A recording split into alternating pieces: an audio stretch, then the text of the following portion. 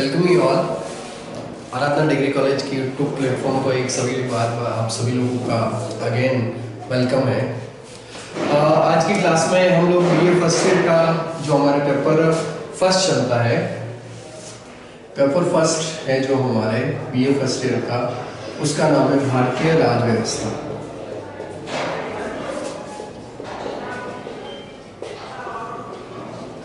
भारतीय राज व्यवस्था का एक बहुत ही इंपॉर्टेंट टॉपिक है मौलिक कर्तव्यों के बारे में, जिसे हम लोग इंग्लिश में फंडामेंटल ड्यूटीज भी कहते हैं। चलिए हम इस टॉपिक को पढ़ना स्टार्ट करते हैं। उससे पहले मैं थोड़ा सा बेसिक क्लियर करना चाहता हूँ आप लोगों के लिए। बेसिक में मैं ये बात करूँगा कि भारत के संविधान में मौलिक कर्तव्य जो है वो उसका मतलब सोर्स ऑफ कंट्री कौन सा है, कहाँ से लिए गए और कौन से भाग में है, कौन से अनुच्छेद के बारे में थोड़ा सा जनरल डिस्कशन उसके बारे में करते हैं। ठीक है, तो आप सभी लोगों को ये पता होगा कि सोवियत संघ जो था वहाँ पर इनके बारे में अधिकारों के, इनके कर्तव्य के बारे में प्रावधान किए गए थे। पहले से सोवियत संघ के जो संविधान है वहाँ पर मौलिक कर्तव्यों की बात है। दुनिया में शायद थोड़ा यूनिक सा कॉन्सेप्ट था मौलिक कर्तव्य। सोवियत संघ की जो कंट्रीज थी सारी, उनके अंदर ये थी। तो हम लोग जो मौलिक कर्तव्य का कॉन्सेप्ट है वो बेसिक रूप से सोवियत संघ से लेके आए। ठीक है, अगर आपसे पूछा जाए मौलिक कर्तव्यों का सोर्स कौन सा देश है, तो हम लोग कहेंगे उसका सोर्स है सोवियत संघ। ओके, देन देखिए अगर आपसे ये बात की जाती है कि भारत के संविधान के कौन से भाग में है, तो हम बाहर करते हैं। आप सभी लोगों को पता होगा कि भारत के संविधान में टोटल 22 भाग है। 22 भाग में से कौन से भाग में मौलिक कर्तव्य के बारे में बात की गई? भाग 4A के बारे में। ठीक है, चलो अब ये आता है कि भाग 4A में है, तो कौन से अनुच्छेद में है, कौन से अनुच्छेद में मौलिक कर्तव्य के बारे में बात की गई है? तो मैं कहूँगा 51 का सब क्लोज ए। ठीक है, ये चीजें हमको क्लियर रखनी है। मौलिक कर्तव्य कहाँ से लिए, क्लियर हो गया, सोवियत संघ से लिए, क्योंकि पहले वहाँ के संविधान में ये चीजें थी। मौलिक कर्तव्य फंडामेंटल ड्यूटीज वहाँ के संविधान में थी। भाग कौन से भाग में? 22 भाग में से 4A में है। अनुच्छेद कौन सा है? अनुच्छेद है 51A के अंदर। ठीक है, चलो अब आगे हम लोग ये पढ़ना स्टार्ट करते हैं। क्या जब हमारा संविधान बना 26 नवंबर 1949 को, तब क्या हमारे संविधान के अंदर मौलिक कर्तव्य थे? तो हमारा जवाब रहेगा नहीं। उस वक्त भारत के संविधान में मौलिक कर्तव्य शामिल नहीं थे। तो कब शामिल हुए मौलिक कर्तव्य भारत के संविधान में? तो अपने को ध्यान रखना चाहिए, भारत के संविधान में आप सभी लोगों को एक कॉन्सेप्ट पता होगा, संवैधानिक संशोधन। क्या होता है अपने आप में संवैधानिक संशोधन? देखो, समय के साथ देश की जरूरतें बढ़ती है, आवश्यकताएं बढ़ती है, और समय के साथ इस बात की आवश्यकता को महसूस किया जाता है कि संविधान में परिवर्तन होना चाहिए, संविधान में कोई नई चीज ऐड होनी चाहिए, और संविधान में जो पुरानी चीजें हैं जो अभी अपने आप में ज्यादा वैलिड नहीं रहेगी, उन चीजों को हटाने के लिए संविधान में अप्रोप्रिएट रूप से संशोधन किए जाते हैं। तो हमारे भी यहाँ पर एक संशोधन हुआ था, 42वां संविधान संशोधन, 42 कॉन्स्टिट्यूशनल अमेंडमेंट। 42वां संविधान संशोधन कब हुआ था? 1976 के अंदर 42वां संविधान संशोधन हुआ था 1976 के अंदर। इस संविधान संशोधन के द्वारा भारत के संविधान में मौलिक कर्तव्यों को जोड़ा गया था। तो अगर आपसे पूछा जाए क्या भारत के संविधान में, जब भारत का संविधान बना, लागू हुआ 26 जनवरी 1950 को, तो क्या मौलिक कर्तव्य संविधान का भाग थे? नहीं, मौलिक कर्तव्यों को संविधान में बाद में जोड़ा गया। कौन से देश को आधार मानकर जोड़ा गया? सोवियत संघ से लिए गए ये सारे। कौन से भाग में और कौन से अनुच्छेद में? 42वें संविधान संशोधन के द्वारा। देखो, इसके लिए 1976 में आप सभी लोगों को पता होगा किसकी सरकार थी? इंदिरा गांधी की सरकार थी।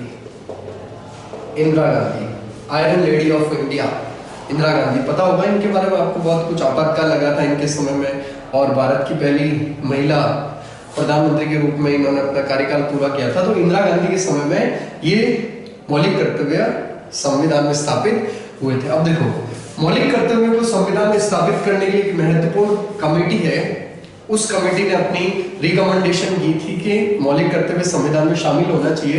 उस समिति का नाम ध्यान रखना है, सरदार स्वर्ण सिंह समिति। सरदार स्वर्ण सिंह समिति।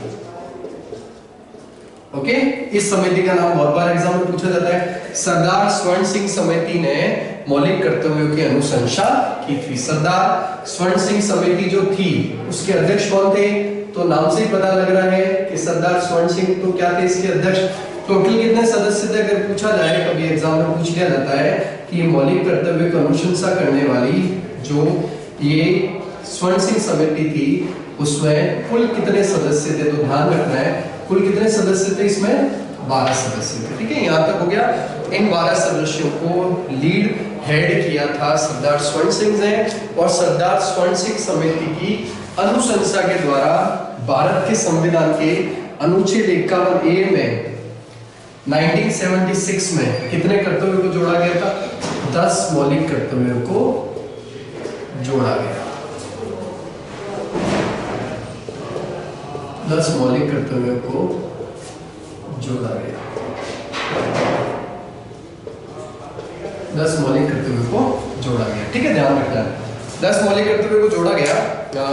अभी आप लोगों के मन में जो पहली बार इस टॉपिक को पढ़ रहे हैं उनके बारे में ये क्वेश्चन उठा होगा दिमाग में कि सर वर्तमान में तो 11 मौलिक कर्तव्य है, आप कह रहे हो कि 10 मौलिक कर्तव्यों को जोड़ा गया। बिल्कुल, वर्तमान में 11वां मौलिक कर्तव्य जो है वो इस टाइम पीरियड के बाद से जोड़ा गया। कब जोड़ा गया हम देखते हैं। 10 मौलिक कर्तव्य तो इस समय हो गए थे, 11वां मौलिक कर्तव्य। 11वां मौलिक कर्तव्य क्या कहता है? 11वां मौलिक कर्तव्य 6 से 14 वर्ष तक के बच्चों को, 6 से 14 वर्ष तक के जो बच्चे होते हैं उनको आप शिक्षा का प्रावधान किया जाएगा। ये अपने 11वां मौलिक कर्तव्य। 11वां मौलिक कर्तव्य कौन से संविधान संशोधन के द्वारा जोड़ा गया था?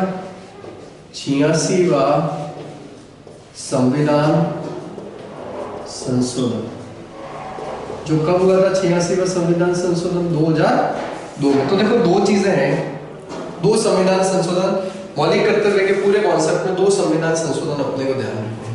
एक तो कौन सा संविधान संशोधन ध्यान रखना है? 42वां संविधान संशोधन। क्या कौन सी कमेटी ने अनुशंसा की और कितने जोड़े गए? 10 मौलिक कर्तव्य। 11वां मौलिक कर्तव्य कौन सा? 6 से 14 वर्ष तक के बच्चों को अनिवार्य और निःशुल्क शिक्षा प्रदान करने वाला जो कर्तव्य था वो कब जोड़ा गया? 86वां संविधान संशोधन। और कब पारित हुआ 86वां संविधान संशोधन? 2002 के आसपास। ये इसके बारे में इसमें अनुशंसा की गई। और वर्तमान समय में हम कहें तो कितने हैं? 11 मौलिक कर्तव्य। अब देखो मौलिक कर्तव्य भारत की परिस्थितियों को देखते हुए, भारत एक लोकतांत्रिक राज्य है, अपने अपने पंथ निरपेक्ष धर्मनिरपेक्ष राज्य है। ठीक है, भारत का जो राज्य है उसका एक आदर्श है समाजवादी राज्य की स्थापना। उन सभी कंडीशन को देखते हुए भारत में एक चीज अनिवार्य है कि भारत में अगर आपको सामाजिक परिवर्तन करना है तो उसके लिए मौलिक कर्तव्य अपने आप में बहुत ज्यादा अहम माने जाते हैं। सामाजिक पूंजी के रूप में, सोशल कैपिटल। ध्यान रखना ये जो वर्ड होते हैं ना काफी इंपॉर्टेंट होते हैं। अभी आपसे पूछा जाए मौलिक कर्तव्य हमारे लिए किस रूप में अनिवार्य है, तो डायरेक्ट ये कुछ वर्ड अपने आप में वेट लिए हुए होते हैं। अगर वो वेट वाले वर्ड हम लोग एग्जाम में इनपुट करते हैं या एग्जाम की कॉपी में लिखते हैं तो एग्जामिनर के ऊपर बहुत अच्छा पॉजिटिव इफेक्ट पड़ता है। तो ध्यान रखना मौलिक कर्तव्य हमारे लिए एक विरासत के रूप में प्राप्त होने वाली कौन सी पूंजी है? सामाजिक पूंजी है। ठीक है, जो अब देखो दूसरी चीज होती है न्यायिक और गैर न्यायिक प्रकृति। 2 टाइप की होती है प्रकृतियां। अपन सभी लोगों ने जब अधिकारों की बात की थी तब मैंने इसको बारे में कौन सी प्रकृति, एक तो प्रकृति होती है न्यायिक और दूसरी प्रकृति होती है गैर न्यायिक। ये 2 टाइप की प्रकृतियां होती है।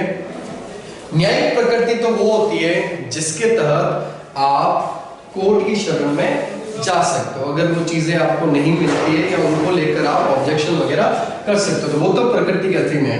जिसको लेकर आप ऑब्जेक्शन वगैरह नहीं कर सकते उसको क्या बोलते हैं हम लोग? गैर न्यायिक बोलते हैं। तो अब सुनिए, अगर मैं अधिकारों की बात करूं, मौलिक अधिकारों की बात करूं तो मौलिक अधिकारों की प्रकृति कैसी होगी? अपने आप में न्यायिक होगी। लेकिन अगर मैं मौलिक कर्तव्यों की बात करूं तो मौलिक कर्तव्यों की प्रकृति कैसी होती है? गैर न्यायिक। तो आज की बात में ध्यान रखना है, मौलिक कर्तव्य भारत में रहने वाले समस्त नागरिकों को राज्य के द्वारा प्रदान की गई वो सामाजिक पूंजी है जो अपने आप में कैसी है, उनकी प्रकृति गैर न्यायिक है। ठीक है, चलो हम लोगों ने जनरल डिस्कशन किया, 10 मौलिक कर्तव्य पहले, 11वां बाद में, मौलिक कर्तव्य कौन से देश से लिए, कौन से अनुच्छेद में लिए, कौन से भाग में लिए, जनरल। टोटल जो 11 मौलिक कर्तव्य है थोड़ा सा ब्रीफली डिस्कस करते हैं उसके बारे में। मौलिक कर्तव्य नंबर फर्स्ट ये है कि हम लोग संविधान का पालन करें। संविधान के जो आदर्श हैं, संविधान की जो संस्था है, जो राष्ट्रीय ध्वज है, जो राष्ट्रीय गान है, उन सभी का आदर्श करें, मतलब आदर्शात्मक रूप से हम अपने सामने उनको रखें और उनको आदर्श रूप में रखें, मतलब उन सभी की रेस्पेक्ट करें। एक मौलिक कर्तव्य ये।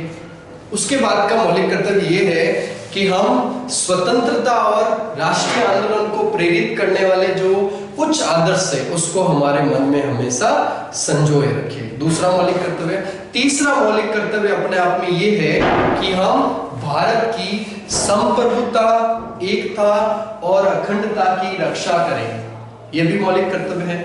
चौथा मौलिक कर्तव्य ये है कि हम हमारे देश में देश की जो रक्षा का आह्वान किया जाए, जब देश को आपकी जरूरत हो तो हम हमारा राष्ट्र सेवा करने के लिए तत्पर रहें। उसके बाद का मौलिक कर्तव्य ये है कि हम भारत के अंदर समरसता बना के रखें, सभी में समान भ्रातृत्व की भावना को रखें और एक ऐसी भावना का विकास करें जिससे भारत के नागरिकों में भाईचारे और बंधुत्व की भावना में बढ़ोतरी हो। इसके बाद का मौलिक कर्तव्य ये है कि हम हमारी जो सामाजिक संस्कृति है, जो हमारा गौरवशाली इतिहास है, उसको हम लोग हमारे सामने एक विरासत के रूप में बचा के रखें और दूसरे देशों के सामने भी उसको लेकर अपना आदर्शात्मक रूप से प्रस्तुत करें।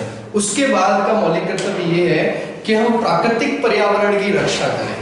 जो नेचुरली जो ब्यूटी है, प्राकृतिक पर्यावरण, उसकी हम लोग रक्षा करें, पर्यावरण को सहेज के रखें, संभाल के रखें और अगर अपना विकास भी करना है तो हम लोग हमारा सतत विकास करें। किस तरीके से विकास करें? सतत विकास करें। सस्टेनेबल डेवलपमेंट कॉन्सेप्ट का पता होगा आपको। वो सतत विकास, हम जिन प्राकृतिक संसाधनों का प्रयोग कर रहे हैं उन प्राकृतिक संसाधनों का प्रयोग इतनी सहजता और मितव्ययतापूर्ण तरीके से करें ताकि उनको भविष्य की पीढ़ी के लिए भी बचा के रखा जा सके। उसके बाद में वैज्ञानिक मानववाद, ज्ञानार्जन की भावना का विकास करना, सार्वजनिक संपत्ति, जो भी आप लोगों को सार्वजनिक प्राइवेट जो प्रॉपर्टी लग रही है उसको अक्सर रखें, बचा के रखें, गंदगी नहीं करें उस पर, वो उससे संबंधित मौलिक कर्तव्य है। और मौलिक कर्तव्य ये है कि हम व्यक्तिगत रूप से और सामूहिक गतिविधियों के कारण देश को उत्कर्ष पर पहुंचाने का प्रयास करें। उसके बाद का मौलिक कर्तव्य ये है, ये 10 मौलिक कर्तव्य हो गए। 11वां मौलिक कर्तव्य 86वें संविधान संशोधन द्वारा जोड़ा गया जो ये मौलिक कर्तव्य है कि भारत में 6 से 14 वर्ष तक के बच्चों को निःशुल्क और अनिवार्य शिक्षा का प्रावधान किया जाना चाहिए। ये वैसे ही है कि मौलिक कर्तव्य अपने आप में सिस्टमेटिक तरीके से याद रखें, बहुत अच्छी बात है, क्योंकि बहुत बार एग्जाम में इनका क्रम पूछा जाता है कि भारत के संविधान में नागरिकों को प्रथम क्रमांक नंबर 4 पर कौन सा मौलिक कर्तव्य दिया गया, क्रमांक नंबर 10 पर कौन सा मौलिक कर्तव्य दिया गया, क्रमांक नंबर 8 पर कौन सा मौलिक कर्तव्य दिया गया। लेकिन आप लोगों के सिलेबस को देखते हुए हमको केवल एक तो उनकी पृष्ठभूमि के बारे में ध्यान रखना है, किस तरीके से भारत में इनका विकास हुआ, भारत में इनके सोर्स कहाँ से, और अगर हम लोग प्रकार से भी बांट लें, अगर इनको क्लासिफिकेशन भी कर दे मौलिक कर्तव्य, तो कुछ मौलिक कर्तव्य होते हैं वो नैतिक कर्तव्य के रूप में होते हैं, कुछ कर्तव्य आर्थिक कर्तव्य के रूप में होते हैं, कुछ कर्तव्य धार्मिक कर्तव्य के रूप में होते हैं, कुछ हमारे राष्ट्र को लेकर कर्तव्य होते हैं जिन्हें हम लोग विविध कर्तव्य भी देते हैं, कुछ हमारे राजनीतिक कर्तव्य होते हैं। तो हम अलग अलग टाइप्स इन कर्तव्यों को क्लासिफिकेशन कर सकते हैं। तो आज की क्लास में हम जनरल जहाँ से आपके क्वेश्चन पुट होता है, क्वेश्चन में 3 चीजें ध्यान रखनी है। एक तो आपको कर्तव्यों के बारे में बेसिक पता होना चाहिए, एग्जामिनर पूछ सकता है कोई 2-3 कर्तव्य बताओ, तो हमें 2-3 कर्तव्यों के बारे में ध्यान होना चाहिए। उसके बाद उसकी पृष्ठभूमि और विकास क्या था, ठीक है, और उसके अलावा वर्तमान समय में हमारे लिए मौलिक कर्तव्यों का इतना महत्व क्यों है महत्व, क्योंकि हमें सामाजिक पूंजी के रूप में मिले हैं। अधिकार और कर्तव्य दोनों एक ही गाड़ी के दो पहिए हैं। अगर आपको अधिकार मिले हैं तो कर्तव्य भी मिलेंगे, तो दोनों को एक साथ में रखने के लिए भारत के संविधान में अधिकार तो अपने आप में अपरिहार्य है ही, साथ ही साथ अधिकारों के साथ साथ संविधान में मौलिक कर्तव्य भी अपने आप में एक विशिष्ट योगदान रखते हैं। ठीक है, आज हम लोगों ने जनरल इंट्रोडक्शन किया इसके बाद में, बाकी का हम पढ़ेंगे बाद में। Thank you.